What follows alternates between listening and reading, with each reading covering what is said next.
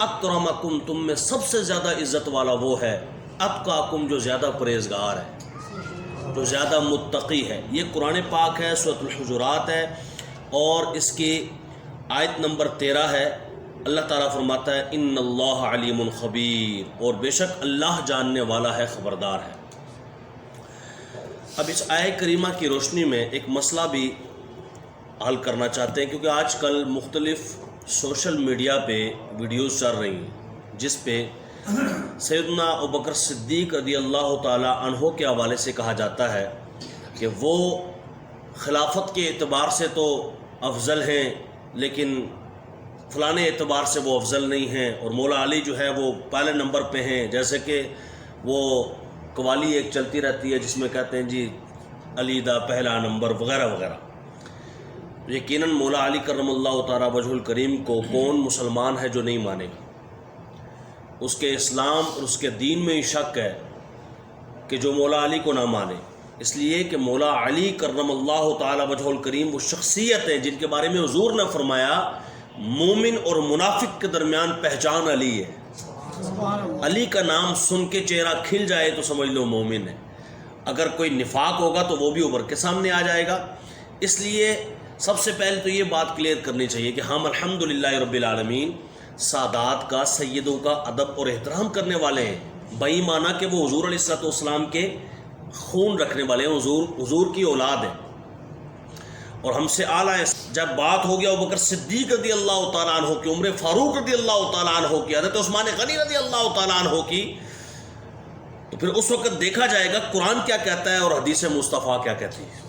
قرآن کہتا ہے ان اکرمکم عند اللہ اتقاکم، ایک پیمانہ قرآن دے رہا ہے، قرآن ایک وے بتا رہا ہے، ایک رستہ بتا رہا ہے، ایک طریقہ بتا رہا ہے کہ یہ طریقہ کار ہے کیا کہ تم میں سے زیادہ بہترین اور عزت والا، افضل، اعلیٰ، اکرم وہ ہوگا جو متقی ہوگا، پرہیزگار ہوگا۔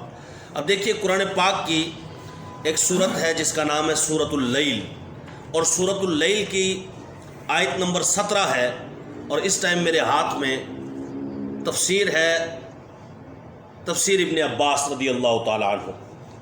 یہ پہلے مفسر ہیں صحابہ اکرام میں سے، پہلے مفسر، عربی میں آپ نے تفسیر لکھی، حضرت عبداللہ ابن عباس رضی اللہ تعالی عنہ، حضور کے چچا زاد بھائی، جن کے بارے میں حضور نے دعا فرمائی اللہم علمہ التأویل، یا اللہ میرے ابن عباس کو قرآن کا سب سے بڑا عالم بنا دے۔ وہ جو قرآن کا سب سے بڑا عالم ہے اور صحابی ہے، مصطفیٰ ہے، وہ کیا اس کی تشریح کرتے ہیں وَسَيُجَنَّبُهَا الْأَتْقَى وَسَيُجَنَّبُهَا يُبَاعِدُ وَيُزَحْزِحُ عَنِ النَّارِ الْأَتْقَى الَّذِي يُؤْتِي مَالَهُ فِي سَبِيلِ اللَّهِ وَهُوَ ابو بکر صدیق رضی اللہ تعالیٰ۔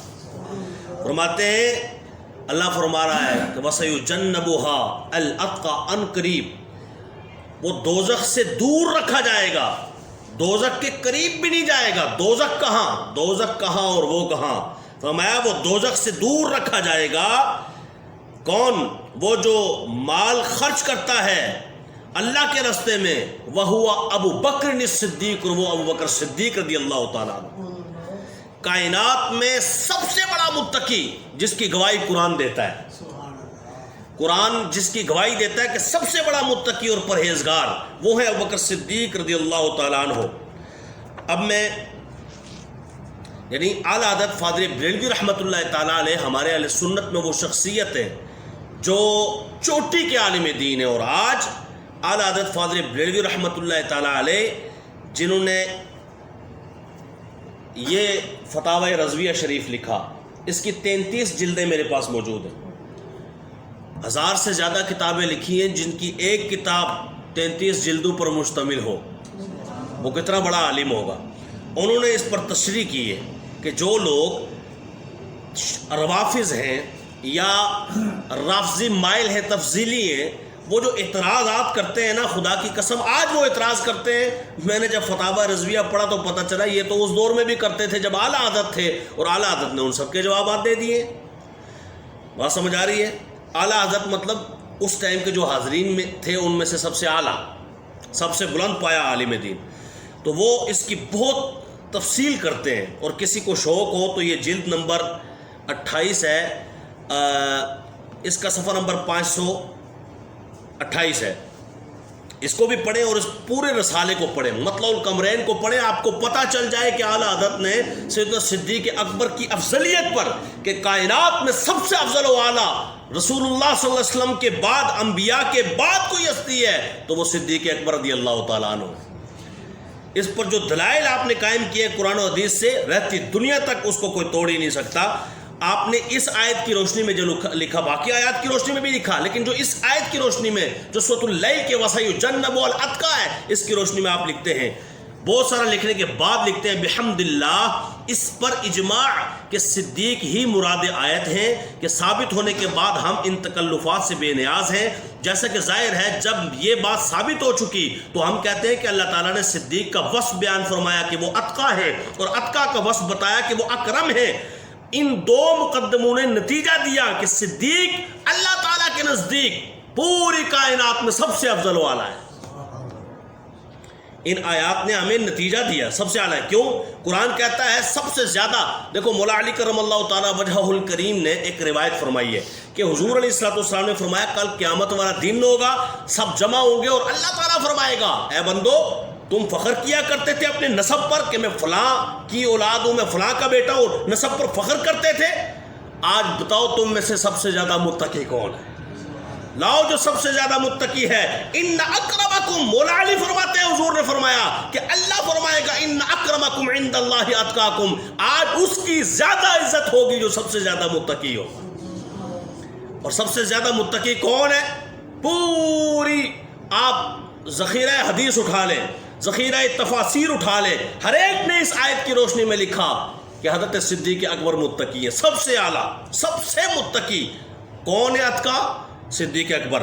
تو یہاں پہ اعلیٰ حضرت امام احمد رضا خان علیہ الرحمۃ الرحمن نے فرمایا کہ صدیق اللہ تعالیٰ کے نزدیک اکرم یعنی سب سے افضل ہیں، اور افضل و اکرم اور عرفہ درجہ اور اعلیٰ منزلہ یہ سب الفاظ ایک ہی معنی پر صادق آتے ہیں، لہذا فضل مطلق کلی صدیق کے لیے ثابت ہے، اور اللہ تعالیٰ ہی توفیق کا مالک ہے۔ اور تم جان لو کہ اس استدلال پر جملہ علماء سلف و خلف کا اتفاق ہے، یہ آج کی بات نہیں ہے کہ ہم یہ کہہ رہے، نہیں، کہا جملہ سلف و خلف سب کا ہی اتفاق ہے، اور سب نے اسے پسند کیا اور قبول کے ہاتھوں لیا ہے، اور کوئی شک نہیں کہ یہ اس کے قابل ہے، لیکن تفضیلیہ کہ اس میں 3 وجوہ سے کلام ہے، ہم ان وجہوں کو خدائے بزرگ و برتر کی توفیق کے سہارے ذکر کرتے ہیں اور ان کا ایسا رد کرتے ہیں جو کوئی شبہ باقی نہ چھوڑے اور کوئی شک نہ رہے۔ پھر آگے شبہات اور ان کا جوابات دیا۔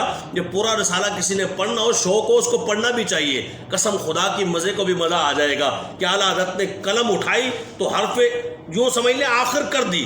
وہ کہتے ہیں نا کہ ملک سخن کی شاہی، یہ کہنے پہ بندہ مجبور ہو جاتا ہے، ملک سخن کی شاہی تم پہ رضا مسلم، جس سمت آ گئے ہو سکے بٹھا دیے۔ تو اعلیٰ حضرت فاضل بریلوی رحمۃ اللہ تعالیٰ علیہ کا نام لیوا ہو اور ماننے والا ہو، اور پھر بھی اس طرح کی واردات ڈالے کہ نہیں، نعرے لگائے مجموع میں کہ دمادم مست کلندر اور آگے سے آئے علی دا پہلا نمبر، تو یہ روافظ کو، اہل تشیع کو تو تقویت دی جا سکتی ہے، اہل اسلام کو، مومن مسلمانوں کو، سنیوں کو نہیں دی جا سکتی تقویت۔ اس لیے اگر آپ اہل سنت کہلانا پسند کرتے ہیں کہ سنی ہیں ہم، تو آپ کو اسی ڈگر پہ چلنا ہوگا، اسی رستے پہ چلنا ہوگا جو قرآن و سنت کا رستہ ہے، کہ سب سے انبیاء کے بعد، رسولوں کے بعد ہمارے آقا صلی اللہ علیہ وسلم کے یار غار صدیق اکبر سب سے افضل و اعلیٰ ہے۔ اور اسی پر میں ایک اور سید زادے کی گواہی بھی پیش کرتا ہوں، کتاب العقائد، سید نعیم الدین مراد آبادی رحمۃ اللہ تعالیٰ علیہ، آپ جو ہے وہ سید بھی ہیں اور بہت بڑے عالم بھی ہیں۔ آپ فرماتے ہیں، اس پر جو ہے نا لکھا ہوا ہے، اعلیٰ حضرت فاضل گولڈوی رحمۃ اللہ تعالیٰ علیہ، پیر مہر علی شاہ صاحب نے بھی یہی بات لکھی ہے کہ سب کائنات میں سب سے افضل رسولوں اور نبیوں کے بعد کون ہے؟ صدیق اکبر رضی اللہ تعالیٰ عنہ۔ تو یہ لکھتے ہیں صفحہ نمبر 43 ہے 43، اس پہ لکھتے ہیں کہ انبیاء علیہ السلام کے بعد سب سے افضل ابوبکر صدیق رضی اللہ تعالیٰ عنہ ہیں۔ اسی کے بعد پھر آگے لکھا اگلے صفحے پہ حضرت عمر فاروق، اس کے بعد حضرت عمر فاروق رضی اللہ تعالیٰ عنہ کا مرتبہ ہے اور وہ باقی سب سے افضل ہے۔ پھر کہا کہ آپ رضی اللہ تعالیٰ عنہ کے بعد خلیفہ سوم، جس کو آپ سوئم بولتے ہیں، حضرت عثمان بن عفان رضی اللہ تعالیٰ عنہ ہیں، اور پھر اگلے صفحے پہ لکھا آپ رضی اللہ تعالیٰ عنہ کے بعد سب سے افضل خلیفہ چہارم امیر المومنین حضرت علی بن ابی طالب رضی اللہ تعالیٰ عنہ ہیں، اور اس کے بعد باقی کے درجات ہیں، اور یہی ترتیب اہل سنت کے نزدیک ہمیشہ سے قائم ہے اور انشاءاللہ ہمیشہ قائم رہے گی، اور اسی کو مولا علی بھی پسند فرماتے ہیں۔ مولا علی نے ابوبکر صدیق کے ہاتھ پر بیعت کی، افضل جانتے ہوئے حضرت ابوبکر صدیق کے بعد پھر حضرت عمر کے ہاتھ پر بیعت کی، حضرت مولا علی نے جو ہے وہ حضرت عثمان غنی کے ہاتھ پر بیعت کی۔ بارکیف اس میں مزید بھی تفصیلات ہیں، لیکن ہمارا نعرہ وہی اسلامی نعرہ ہے، خدا کی عزت کی قسم، قرآنی نعرہ ہے، ایمانی نعرہ ہے، ایقانی نعرہ ہے، اسلامی نعرہ ہے، دینی نعرہ ہے، سنی نعرہ ہے۔ کیا؟ دمادم مست کلندر ابو بکر کا پہلا نمبر۔ کس کا پہلا نمبر؟ صدیق اکبر رضی اللہ تعالیٰ۔ سارے بولے کس کا پہلا نمبر؟ صدیق اکبر رضی اللہ تعالیٰ۔ تو ہم الحمدللہ رب العالمین صدیقی بھی ہیں، فاروقی بھی ہیں، عثمانی بھی ہیں، اور حیدری بھی ہیں، اور حسنی بھی ہیں، حسینی بھی ہیں، زینبی بھی ہیں، فاطمی بھی ہیں، عائشی بھی ہیں، ہم تو سب کو ماننے والے ہیں۔ تو جب مسلمان ہیں تو یہ کیا کہ بوٹی بوٹی حلال اور شوربہ شوربہ حرام، یہ تو نہیں ہوتا۔ مسلمان ہے تو ساری دین کی باتوں کو ماننا ہمارے لیے ضروری ہوگا۔